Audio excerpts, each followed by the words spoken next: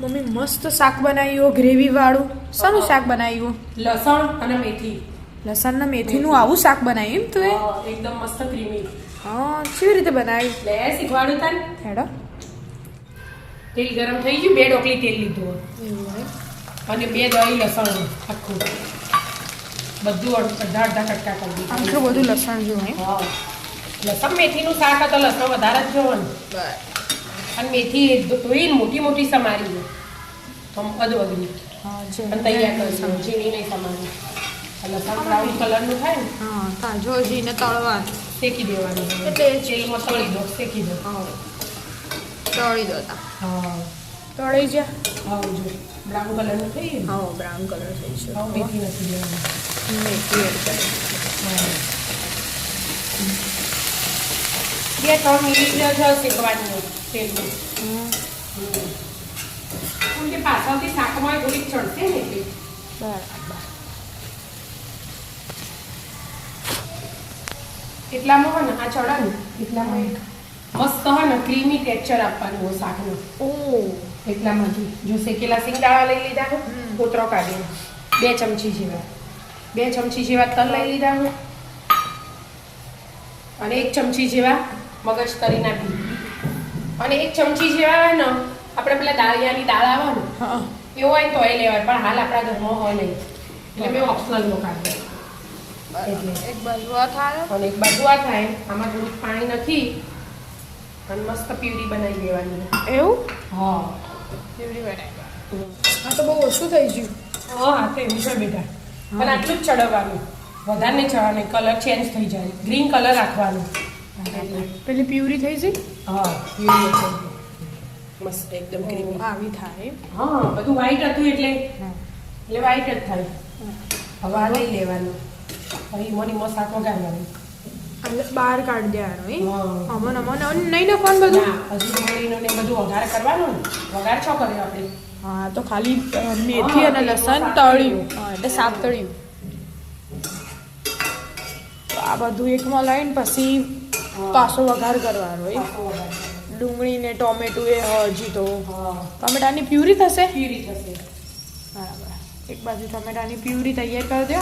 હા, અને વઘાર લઈ દો ને નવું મૂકી દો. આ વઘારવામાં તેલ હોય ને થોડું ખાલી અને 2 રોટલી લીધું.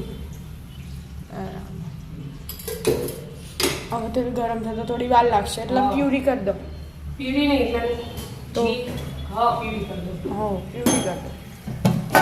ટમેટાની પ્યુરી તૈયાર. હા, પણ પેલું વ્હાઈટ કલર નતો ને જમ. હા, એના થોડી વાર આવ્યું. ચાલે તો વાંધો ના. આપણે જ ખાવું.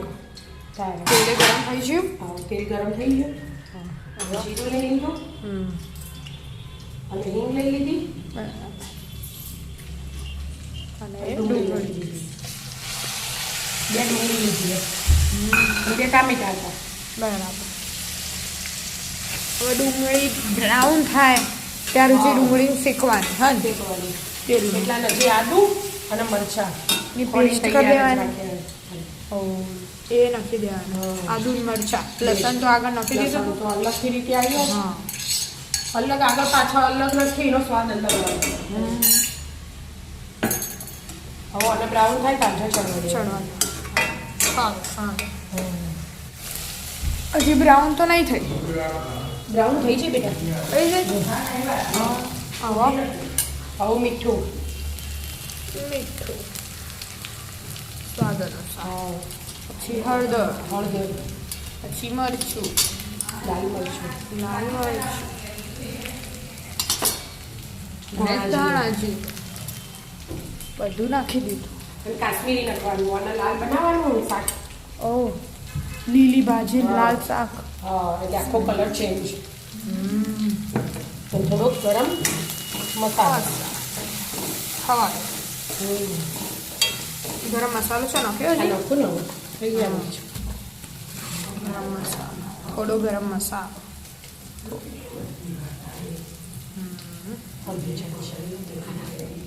હવે બધાને મિક્સ કરી દેવાનું.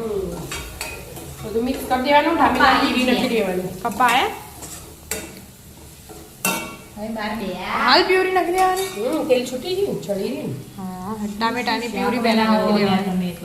અમે ટામેટાની તો ખાલી ખા બસ તો મારા શાકવાનું નહીં ને મજા આવે મને તો આવા શાક ભાવો એના મેથીવાળા હારો આવે મેથીવાળા તો હું એ કરી જ લઉં ઓ કઈ મેથીવાળા તો ખાવું જ છું કે મમ્મીને ખાતે ખાવું જ મેથી રીંગણ એ બધાને બહુ ભાઈ તો આપણા ઘરે ફરી બનાવવું ને આવો બનાવ કાલ લાવવું લીલું લસણ ને મેથી આજે મેથી ને કાલે મેથી મેથી તો મારી છે યાર બસ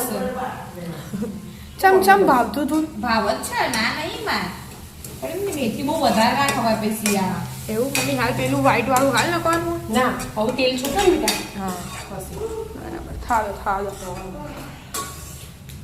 આઈ જા જો કચીલી ગાડી બનાવી હા રાજા સાહેબ હા ટેકો આઈ છે રાજા સાહેબ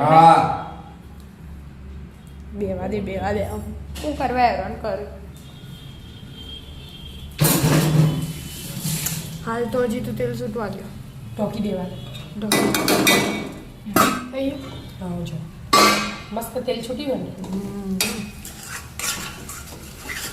ગયું હવા નાખી દેવાની જે પેલી પ્યુરી હતી હા અને નાખીને મિક્સ થાય ને બરાબર હલાવી દેવાની એટલે નીચે ચોટે ને પછી આ પાછું નીચે ચોટી જાય હા હા આ તો કલર જ આખો બદલી કાઢ્યો વ્હાઈટ હતો એટલે એમ પેલો રેડ હતો હજી આ ચડશે ને એટલે લાલ થઈ જશે પાછો હા હવે થોડું પાણી રેડવાનું હજી તો હજી મેથી વધારે લસણ નાખ્યું નહીં મેથી તે હાલ નહીં થોડીક વાર બેટા અડધું ગ્લાસ જેવું પાણી નવેડવાનું હમ અડધું ગ્લાસ જેટલું પાણી જોવું હોય ને અડધું ગ્લાસ તો જોવો જ અડધું ગ્લાસ પાણી વેડ આપણા ઘરમાં 6 જણા આવીએ તાર નહીં ખાવાની એટલે દાદી 5 જણા આવીએ એટલે બધા ચાલી આવે શાક હા એટલું જોયું હા એ પ્રમાણે ગ્રેવી હોય એટલે એ પ્રમાણે પાણી એ જુઓ હા હવે આમાં તેલ છૂટશે તેલ છૂટે તાર હજી ચડવા દેવાનું હા પછી આ નાખી દેવાના આ તો ચડેલું જ છે હા એ તો કોઈ વાર નહીં થાય એટલે ખાવાનું તૈયાર હા પછી શાક તૈયાર થવા દો કલર ચેન્જ થઈ જાય ને આમાં પેલું તૈયાર હતું એ મેથી લસણ મેથી લસણ દેખાતું જ નહીં મેથી લસણ તો દેખાશે બેટા હા હલાવીએ ને તારા દેખાય ને હજી હલાવી નહીં એટલે જો દેખાડે ને એટલે એનું આપણે પંજાબી હોય ને શાક હા એવું એમાં બને. પનીર ને એવું બધું નાખીએ ને પનીર વાળું ના ખાવું હોય ને હા, તો આ એવું ક્રીમી થઈ જાય એમ હા એમાં કાજુની ગ્રેવી કરીએ આપણે હા અમુક અને અમુક આજો મસ્ત મસ્ત થઈ થઈ જાય જાય હા હવે ખાવે એ જ થોડીક વાર ચડશે પાછું. ચડશે એમ હજી હા 5 મિનિટ જેવું ચડવા મસાલા તો થઈ જ ગયા બધા હા હા ચડવા ચડવા દો થઈ જાય મમ્મી 2 મિનિટ જો કલર આખો ચેન્જ થઈ ગયો ને મસ્ત દેખાયો શાક હા, મસ્ત દેખાય મસ્ત લાગે હમ એકદમ ઢાબા સ્ટાઈલ લસણ મેથીનું શાક તૈયાર લેડા જમવા બેસી જઈએ તા હા હાથે રોટલી ભાખરી પરોઠા ગમે તે હોય ખવાય જે ખાવું હોય રાધે રાધે રાધે રાધે